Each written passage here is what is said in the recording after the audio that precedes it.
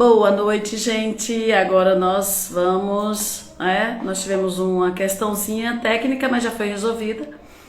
Então, estamos aqui para mais uma live do Prof. Esquilei. Quem somos? Somos 4 professoras. Oi, Jefferson, só um minutinho. 4 professoras, eu, Cláudia Oliveira, que moro em Sorocaba, São Paulo, mas sou nordestina da Gema, tá bom? A Dudu Furtado, a Lisângela Moronari e a Adriana Guzmão, que estão em São Mateus. Somos coordenadas pela Adriana Guzmão. E como nasceu o Prof. Esquilei? Na época da pandemia, a Adriana pensou no momento que professores que gostam de ler pudessem dividir as emoções e as suas leituras. E foi muito bom, deu muito certo. E cá estamos até hoje e espero que por muitos e muitos anos.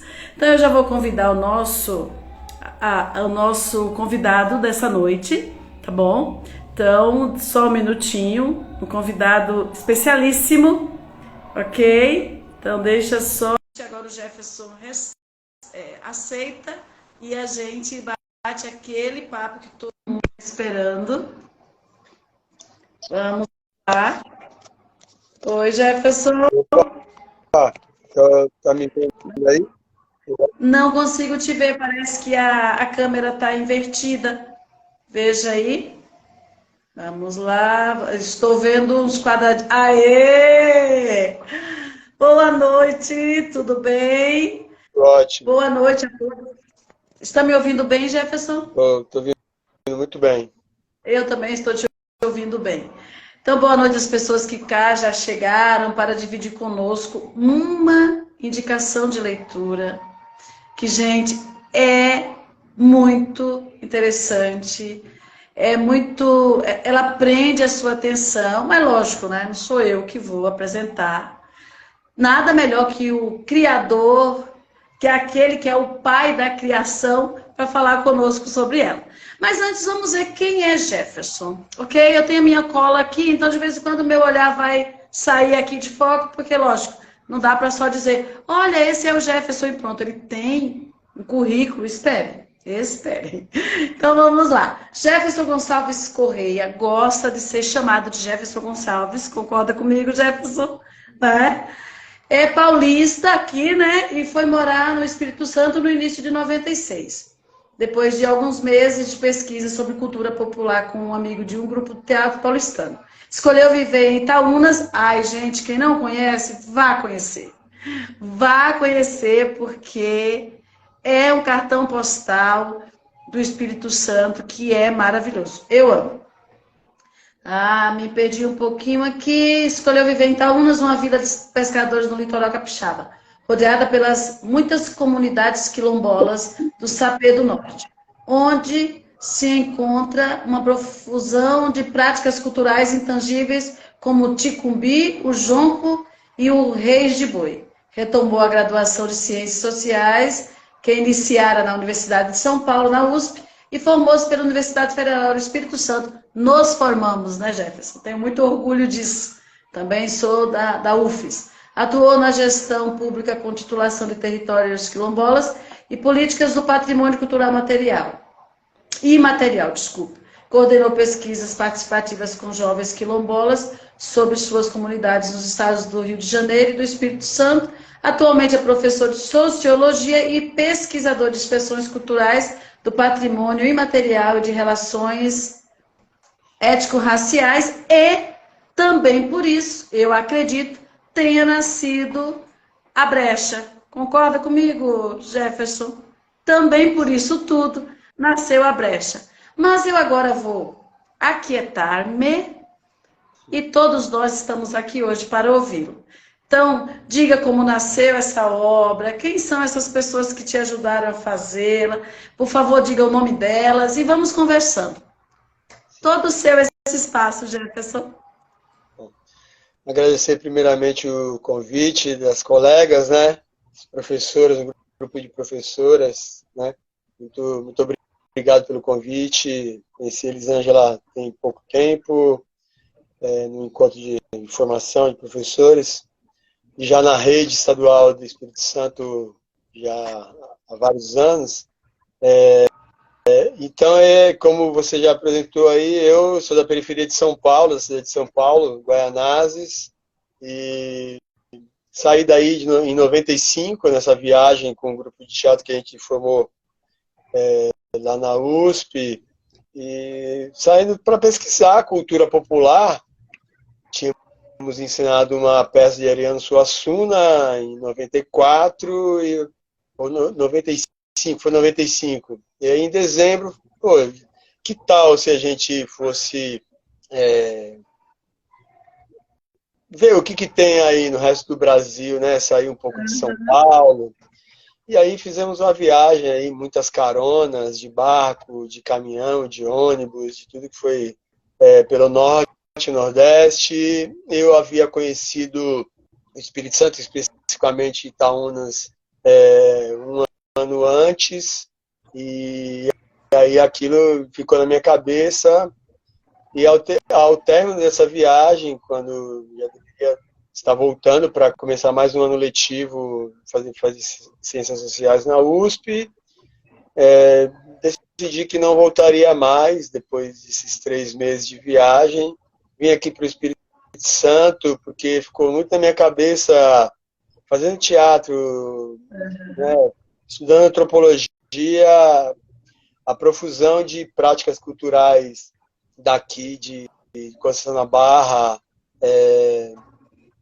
não deixava nada a perder, sobretudo Itaúnas, né? Pelo que eu vi, Norte e Nordeste, olha que eu vi bastante coisa.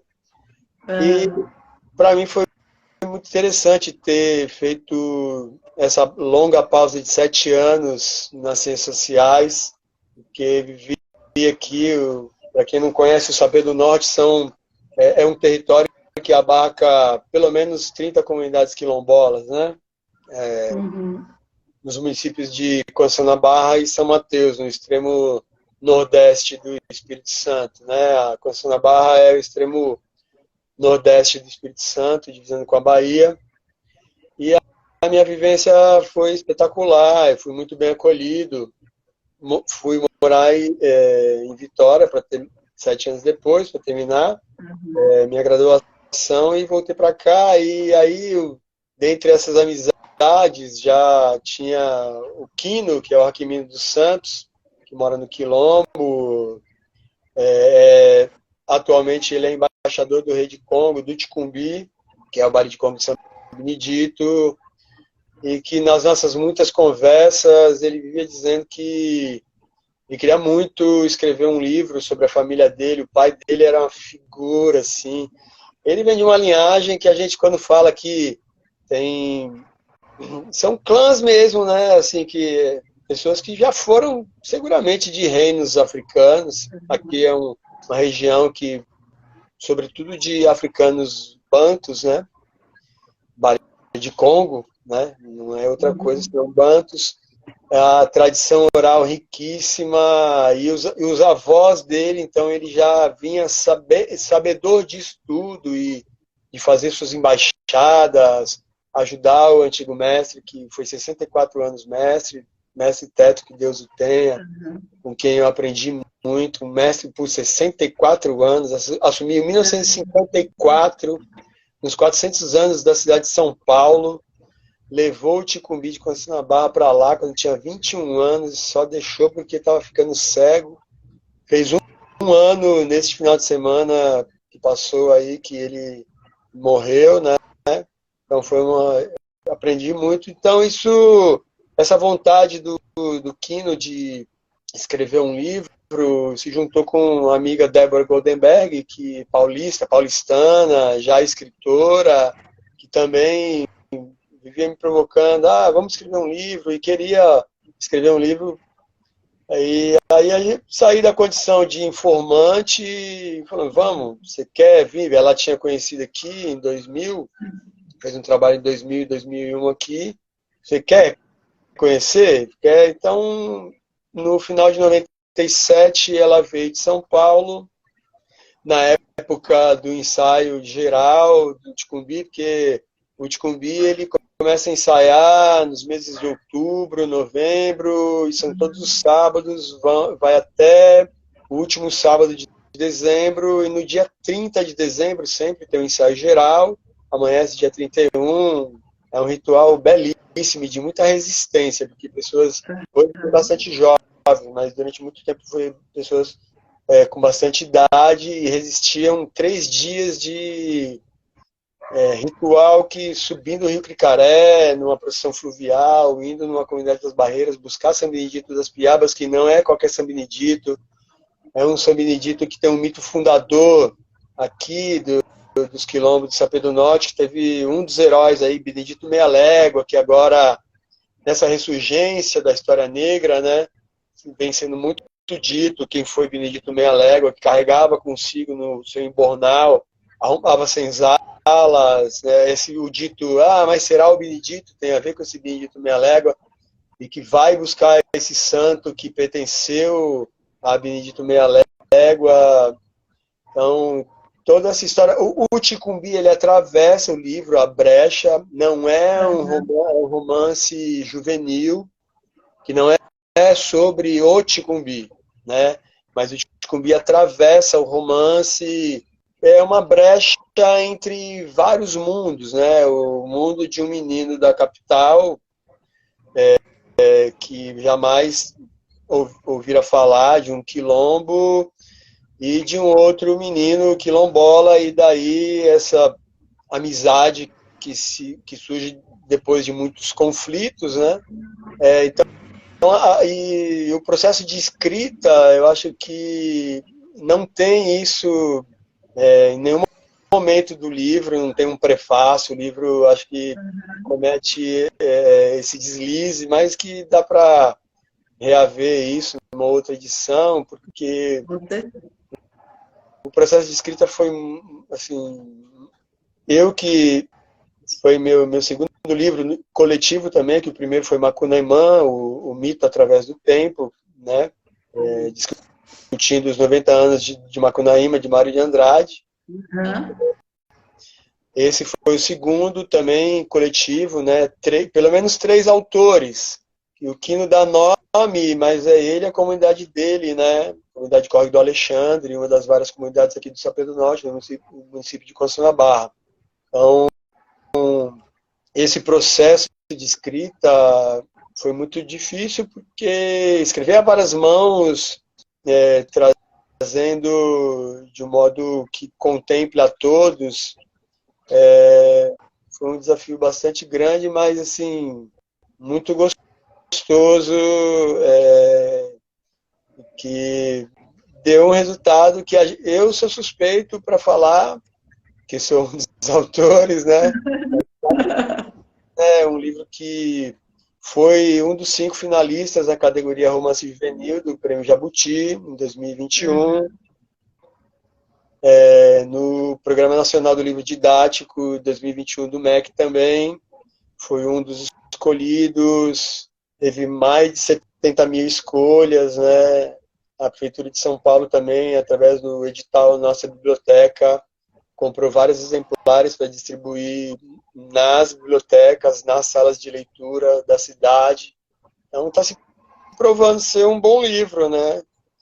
E para fechar essa primeira parte, está tendo vários clubes de leitura do livro aqui em Conceição da Barra, no edital da Secretaria de Cultura, que eu particularmente escrevi, né? Escrevi meu nome. E, bom, está rendendo, né? Espero que brotem novas histórias, não ficar apenas que a gente não pretende ser a última palavra, pelo contrário, que seja uma brecha para que várias outras escritas de tanta oralidade potente, pulsante, que existem aqui nas narrativas orais dos quilombolas de São Pedro do Norte. Assim, o nome do livro, ele já provoca, né? Porque a brecha, você pode pensar muitas coisas. E olha, apesar de ser um livro que a temática é totalmente diferente, mas eu vou dizer para você que quando eu né? Fui vendo, fui entendendo. Eu me lembrei muito da amizade de duas outras crianças que não, que assim, que no início, infelizmente o final é muito trágico. Eu não sei se, né? Mas eu lembrei muito do menino do pijama listrado, sabe? Assim, duas culturas totalmente diferentes que se encontram numa brecha, Sim.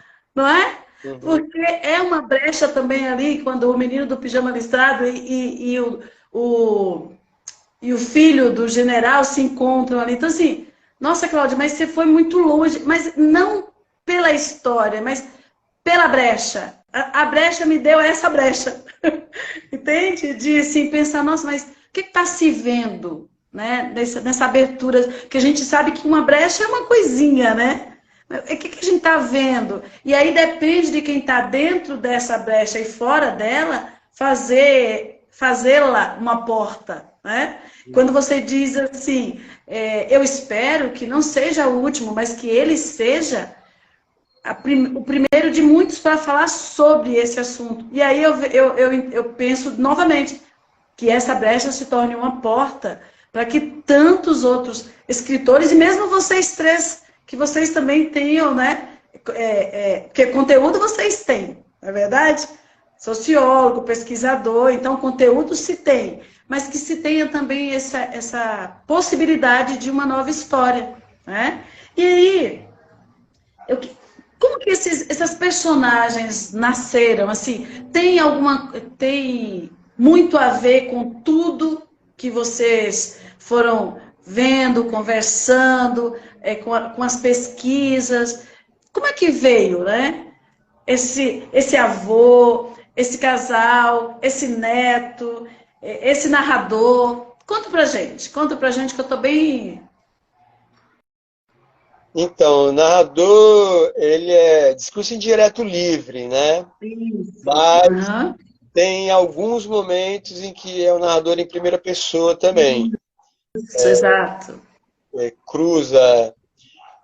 Assim, a Débora, ela vinha fazendo uma provocação de que não havia nada, literatura sobre literatura que ela já vinha da curadoria indígena, com o Daniel Munduruku, Cristino Apshana, que inclusive o Cristino Apshana foi quem indicou o nosso livro para remeter, né, para que a Estrela Cultural tinha 20 projetos. Então, esse projeto é bom.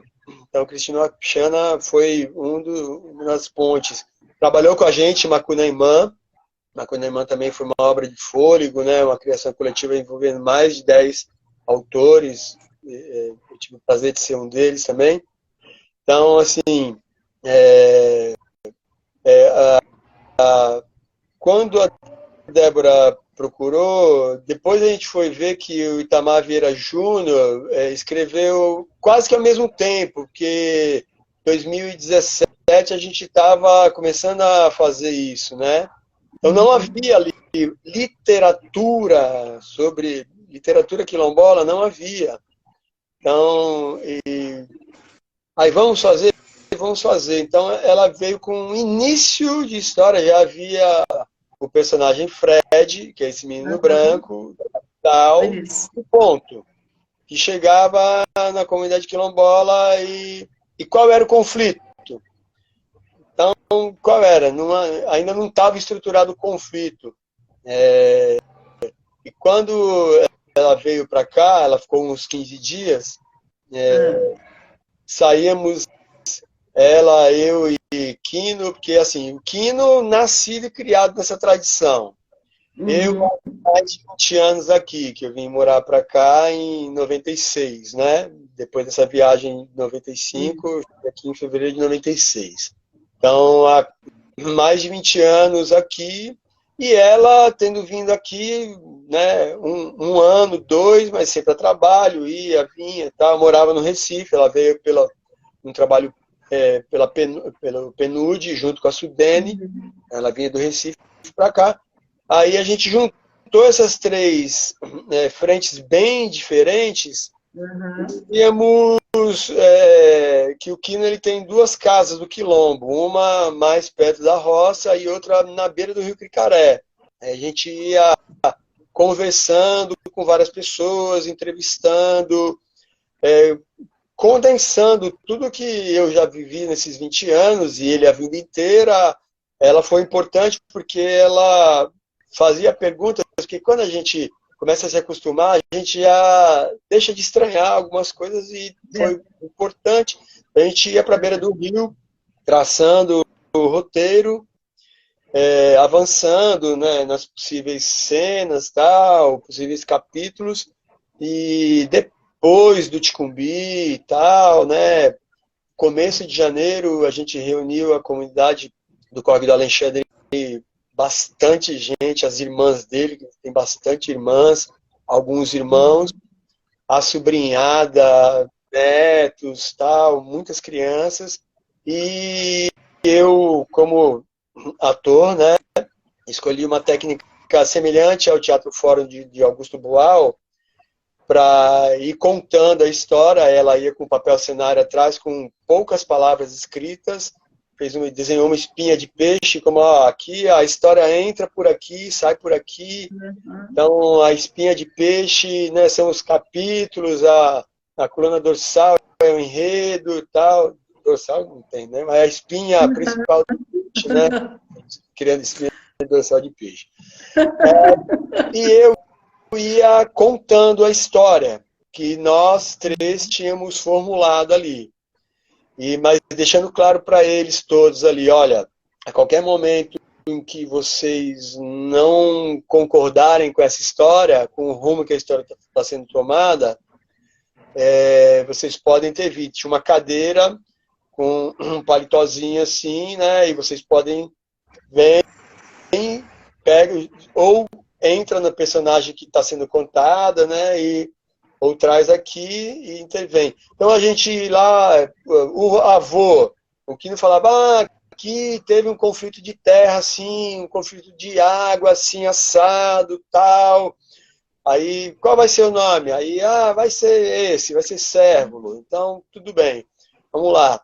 Quais são os outros personagens? Alguns personagens, a gente se inspira diretamente em pessoas que realmente, efetivamente existem. Mas, no final, entra um personagem super importante, que é o Nagô. Inclusive, isso aqui, cheguei falando que é território banto aqui. Mas por que Nagô? Porque aqui o Sapé do Norte é um território de cruzamento de cultura banto, mas de cultura iorubá. Que Nagô é norte do Rio Congo, né? Bantus ao sul do Rio Congo. Então, aqui é cruzamento. Inclusive, os rituais, a cabula, candomblé é cruzado. É Angola-Congo, que é banto, e é Queto-Nagô. Então, o Nagô assim, é inspirado num irmão dele, né, interessantíssimo, que é pai de santo também, na comunidade quilombola, né? E aí, quando eu estava contando essa história, a história estava indo, e ninguém intervia. Eu falei, gente, ou eu estou muito mal, ou eles estão adorando a história, vai ficar... Inquietava um pouco, e quando foi chegando ao final, não vou dar spoiler nenhum do final, só que o menino do pijama listrado, né, como vários, tem os sinais tristes, e perdemos no final Débora, o rei de Congo, que estava também, né, que é o Jonas, e eu prevíamos um final do conflito, um final que seria um final triste. Quando chegou no final, a Camila, que é uma das dançarinas do jongo, ela pegou, opa, não, esse final, não, jamais esse final, nunca, já no final, assim, já no final, esse final não pode ser assim, e argumentou com uma firmeza assim, e todo mundo acompanhou a risca de giz, assim, ficou e o quilombo inteiro pro lado de lá. O único quilombola que ficou do nosso lado foi o rei de Congo, e todos eles do lado de lá. e foi uma discussão intensa e ficou o final. Então, esse final é o final que eles escolheram. E, não, se eu falar demais, eu vou acabar contando com o final. Então, assim, a sua pergunta, né, como surgiram esses personagens, a gente sabia que tinha que ter esse encontro,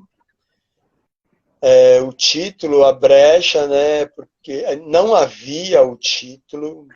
Isso que eu ia perguntar, quando nasceu esse nome, né? Quando? Porque, assim,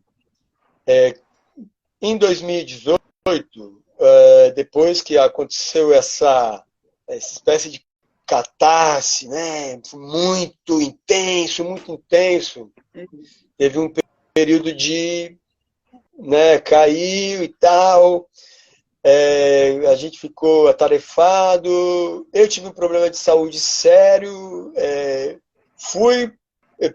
antes, fui descobrir isso em São Paulo, que fui fazer um trabalho justamente em Macunaíma, que fui fazer a contação dos mitos originais coletados por um alemão, um naturalista, geógrafo, linguista, que escreveu do Roraima ao Orinoco. Imagina, na década de 10, esse cara foi lá e Mário de Andrade lia alemão e leu errado Macunaíma, que na verdade é Macunaímã. Então eu fui fazer Macunaímã, né? Que esse cara, ele leu o original, que agora a Unesp está lançando os 3 volumes, ele foi lançado no domingo passado, a Unesp está lançando, do Roraima ao Orinoco, do Theodor Koch-Grünberg. Então lá eu descobri que tinha uma doença muito séria, fiquei vários meses em São Paulo e aproveitei enquanto não saía a cirurgia, escrevia, Débora e eu escrevíamos incessantemente e mandávamos os capítulos, já que o roteiro foi aprovado pela comunidade, escrevíamos os capítulos juntos ali, mandávamos, eles liam, e aí o que não acrescentava, eles lá, blá, blá. E uma coisa que ele sempre falava que foi muito interessante, não conseta a nossa fala. Nossa, eu acho isso bárbaro. Eu gosto. Não conseta a nossa fala, porque é um desafio danado, porque como que você, assim, ninguém é linguista para colocar os fonemas tal qual eles são, né? Uhum. A gente, então, decidiu fazer isso também, e aí mandávamos para eles, e até que surgiu essa última versão, e depois que meu problema de saúde resolvido, eu voltei para cá e mais uma vez com eles, é isso mesmo, e fomos atrás de editora, né? E o título A Brecha surgiu bastante tempo depois, porque a nossa agente literária, a gente deu vários títulos que não colavam, sabe? Você lembra de algum? A gente escreveu assim, o que é quilombola? A gente não queria ter o nome quilombola na capa, para não se tornar muito óbvio, mas teve assim, quase que um subtítulo, né? A Brecha, uma reviravolta quilombola, né? Uhum. Mas não colava. Eu nem lembro. Colou tão pouco que eu nem passo a batida, né? Não ficou. Eu tô boa de memória, hein? Aí a nossa agente literária, ela falou assim, pô, lá no final, né, tem um diálogo do Fred, e fala assim, não, na verdade vocês deram, foi uma brecha que pintou, por que vocês não, alguma coisa por aí, de brecha, aí quando ela falou, eu das ciências sociais, mas transito muito pela geografia, né, aí até vi que tem um amigo muito grande da geografia, Damian. A galera da geografia da UFES é muito... Eu costumo dizer que a galera nós, cientistas sociais, discutimos tanta identidade, mas a gente não tem tanta identidade quanto os geógrafos, pelo menos aqui da UFES tem, que eles têm muita identidade deles, eu colo muito com eles. Então, assim, tem a brecha camponesa, que é um conceito que no sistema escravista, se não bastasse todas as agruras, os escravizados negociaram com seus senhores de no domingo poderem cultivar uma tira de terra, né, uma brecha camponesa para a gente precisa ter alimentação melhor, a gente quer plantar os nossos alimentos, né? É uma brecha camponesa. Eu falei, pô, tem a ver, né? A gente não vai colocar isso em nenhum momento, mas casa e a brecha entre várias aparentes dicotomias, né? Ser branco no Brasil com todos os privilégios, ser negro no Brasil com todos os preconceitos do pensamento social brasileiro formado em todo o século XIX, científico, com racismo científico, que deu no que deu, com darwinismo social, eugenia, né? Então, assim, a brecha entre o que é ser pobre, o que é ser rico, o que é ser culto, o que é ser ignorante, né? Então, uma discussão, assim, eu ouso dizer, bastante profunda dos vários preconceitos que atravessam a nossa sociedade, que a gente tem tanta dificuldade em encarar, né? E assim, o que eu estou percebendo, né? Veja que eu ainda não pedi para você contar um pouquinho da história. Por quê? Porque essa história, por trás da história desse livro, dá outro livro. Entende? Essa história, eu espero que você pense sobre o assunto, porque essa história sobre como esse livro foi. São 3 escritores, sim, mas na verdade tem uma comunidade inteira, né? Nessa produção aí. Porque quando você diz que alguém levantou-se e disse, não, esse final, não. E todo mundo, como você bem colocou, só um ficou aqui e todos os outros falaram, não, a gente quer assim. E a Elisângela acabou de dizer, e ficou maravilhoso, e realmente ficou, né? Então, assim, dá outro livro. E eu achei tão interessante quando você começou a dizer que foi contando, e preocupada, e ninguém falava nada. Viu? Eu não sei se você percebe o encanto que você passa quando você fala do encanto que foi fazer esse livro. Você vai falando, Jefferson, o encantamento que provavelmente as pessoas perceberam lá, a gente percebe aqui, sabe? Parece que ainda está latente em você quando tudo isso aconteceu. Muito, muito bom. Só que eu não posso não pedir para você começar a contar um pouco. Não faz igual a Dudu gosta. A Dudu adora um spoiler. Não. Não, viu, Dudu? De jeito nenhum. Que é a outra professora do Profs que lê. Mas eu quero que você conte um pouco. Porque, assim, o que você já disse sobre como foi fazê-lo, sinceramente, já é suficiente para que as pessoas se interessem.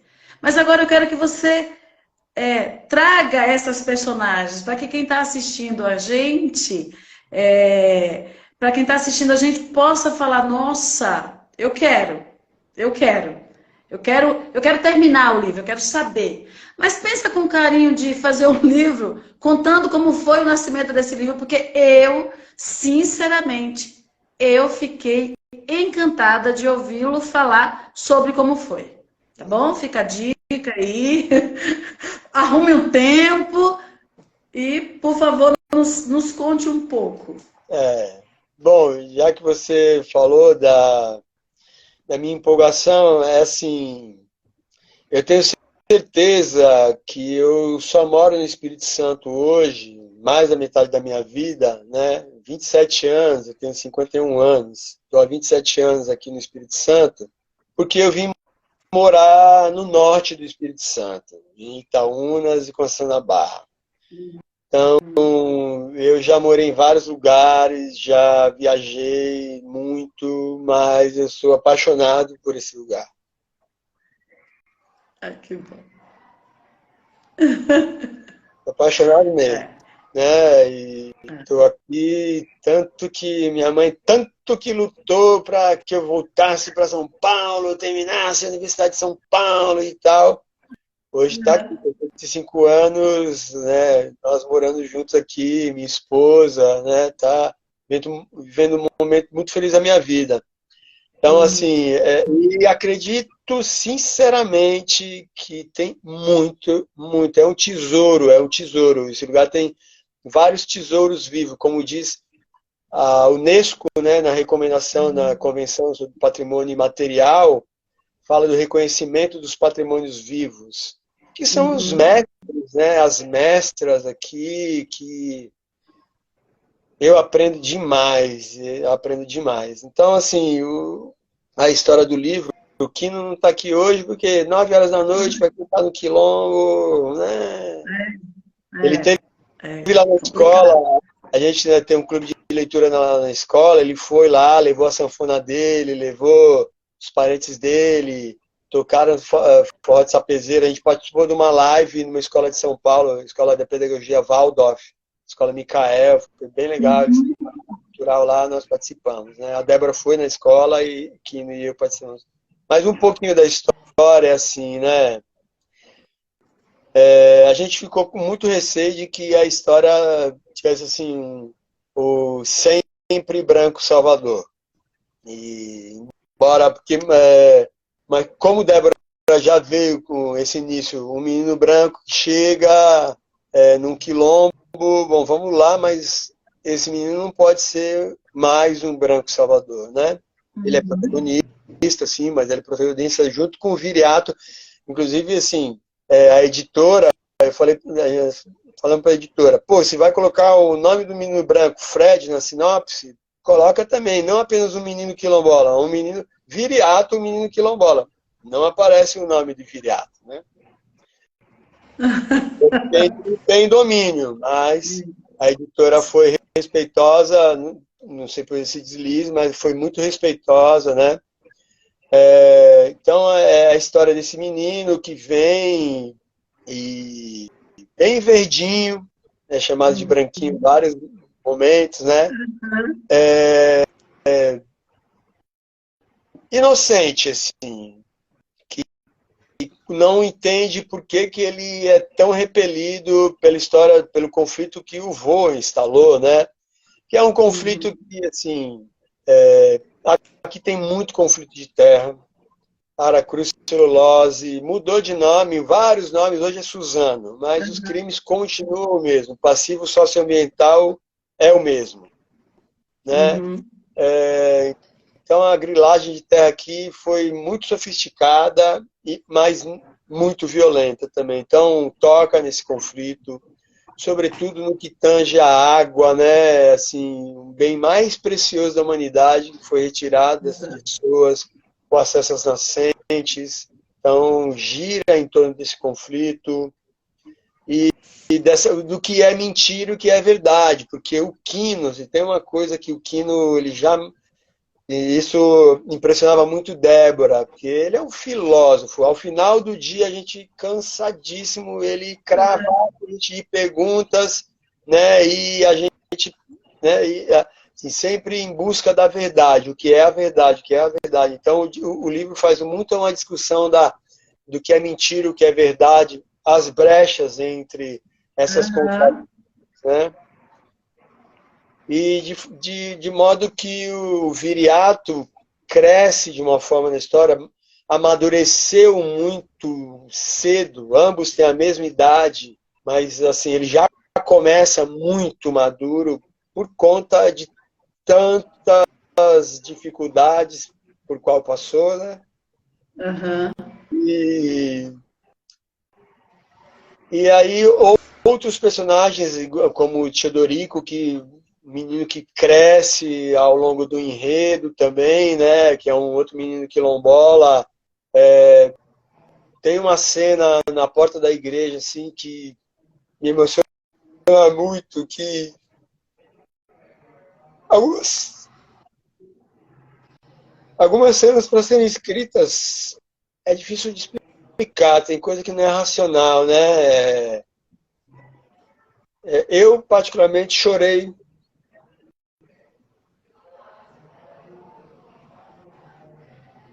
várias vezes, assim, de me lembrar, me emociono, né? Porque essa história de ter sido pesquisador, eu não consigo, essa história da pesquisador neutro, isento, porque os relatos das violências sofridas aqui, né, no momento em que o Domingos está lá esperando notícias de um problema sério que aconteceu lá, morre, não morre, né, e ele na porta da igreja, a missa acontecendo, o Ticumbi vai sair em praça, e quando vem a memória, né, de os tratores derrubando as casas, derrubando a mata, por, né, e essas pessoas sendo chamadas de vagabundas, preguiçosas, porque burras, porque não tinham os documentos da terra, né?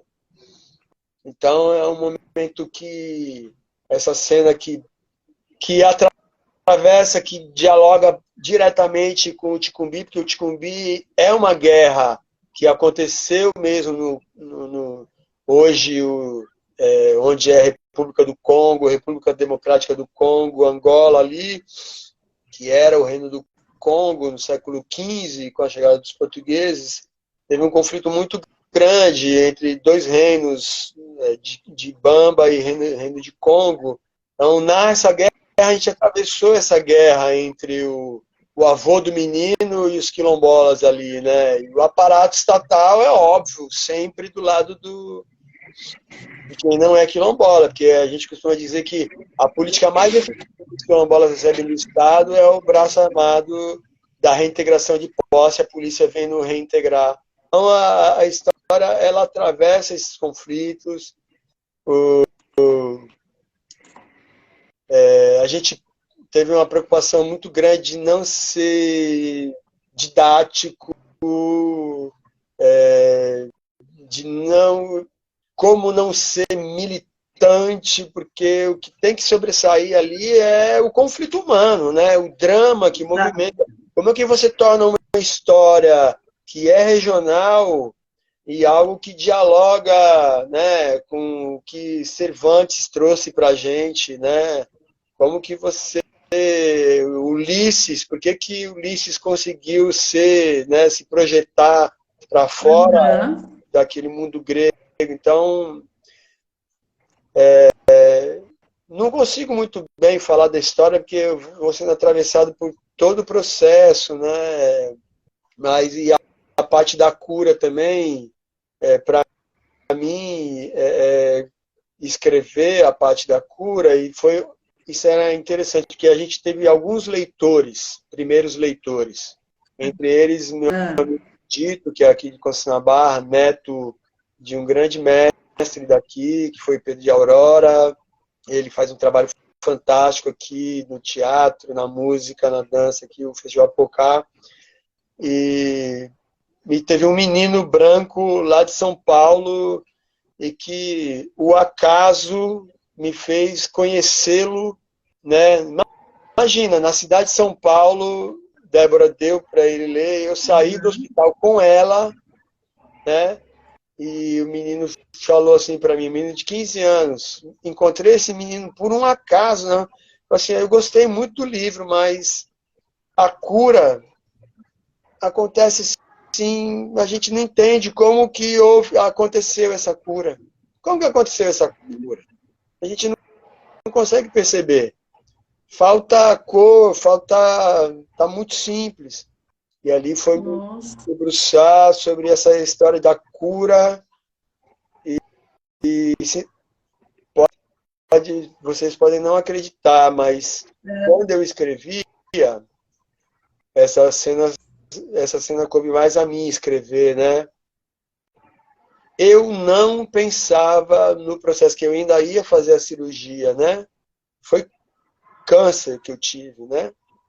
Eu não pensava que eu mesmo passaria por um processo de cura. Mas, assim,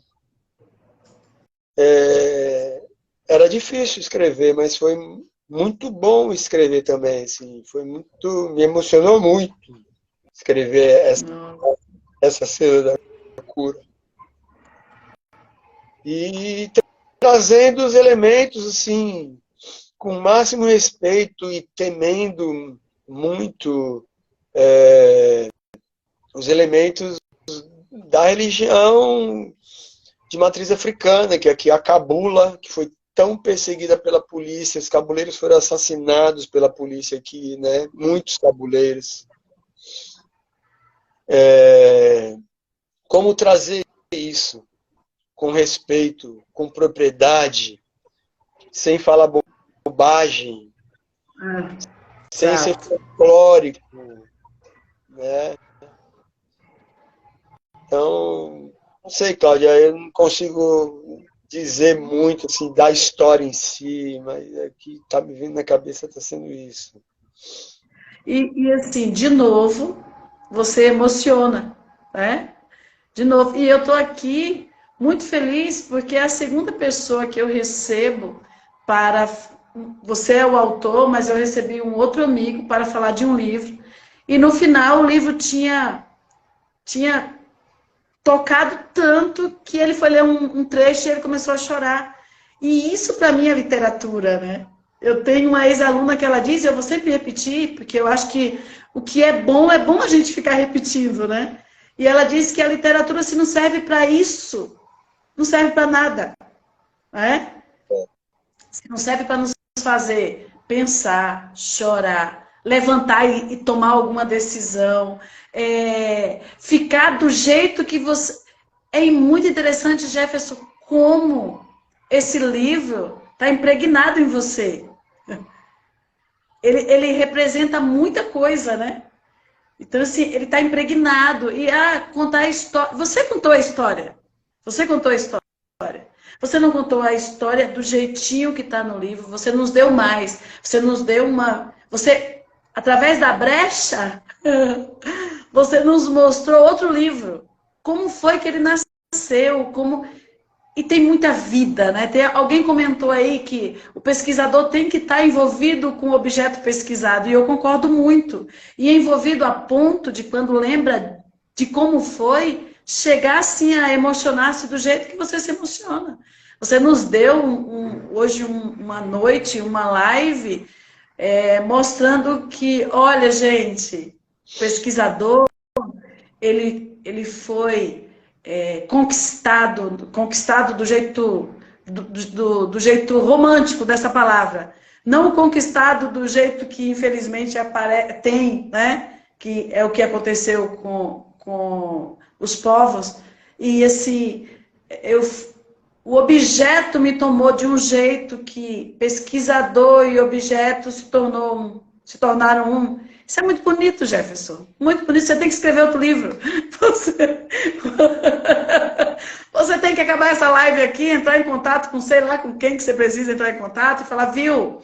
A Cláudia do Profs Clay falou que a gente tem que escrever outro livro e a gente tem que ir lá no Profs Clay lançar. Porque é muito lindo, de verdade. Você toca. Esse livro, ele certamente tem uma importância para nós que lemos, mas ele tem uma importância. E aí parece assim, nossa, mas chega a ser quase uma bobagem que você está dizendo, porque todo livro tem importância para o escritor. Eu sei que você entende o que eu estou falando. E muita gente que está aqui entende. Não é só isso, não é só isso, né? Quando você falou da cura aí eu tenho que me segurar aqui, porque não... Se eu começo a chorar aqui, você que se controla mais rápido. Eu não vai ser tão rápido, Jefferson. Mas assim, eu estou muito feliz de ter tido a oportunidade de falar com alguém que viveu uma experiência para escrever um livro tão forte como você. Como você e como a Débora, como o... Menino. Isso. Quino. Quino, né? Então, assim, E eu acredito que se eu recebesse eles aqui, a emoção seria na mesma proporção, né?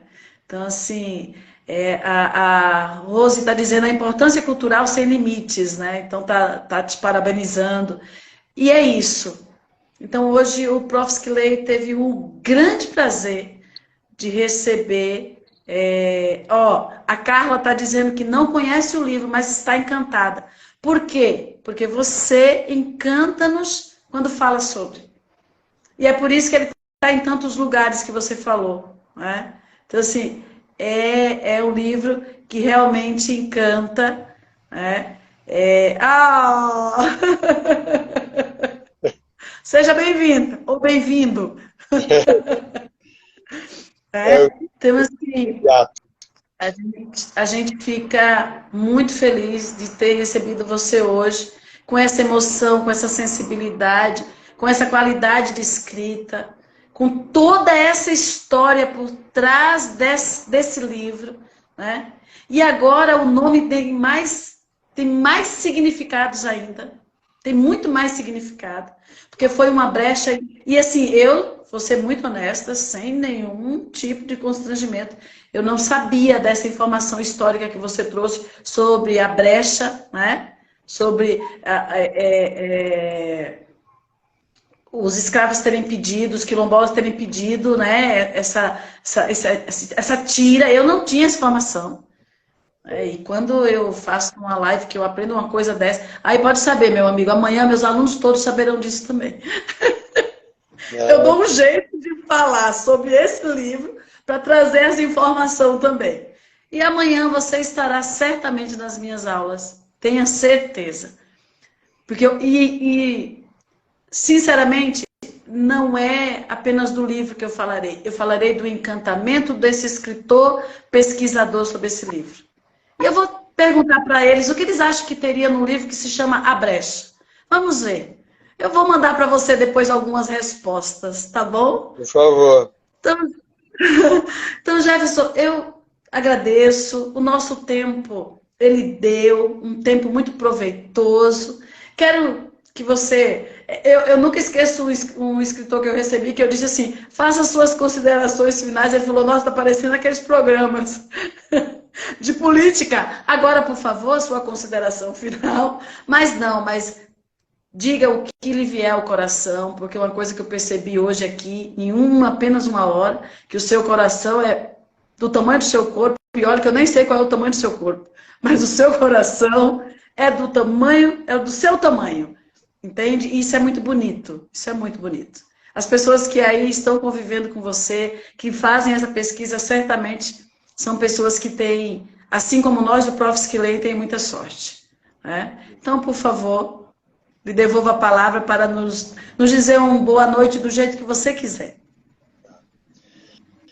Bom, boa noite mais uma vez para as minhas colegas professoras, a gente que milita, né, que é uma militância também, né? Abrir um espaço desse, uma brecha dessa, né?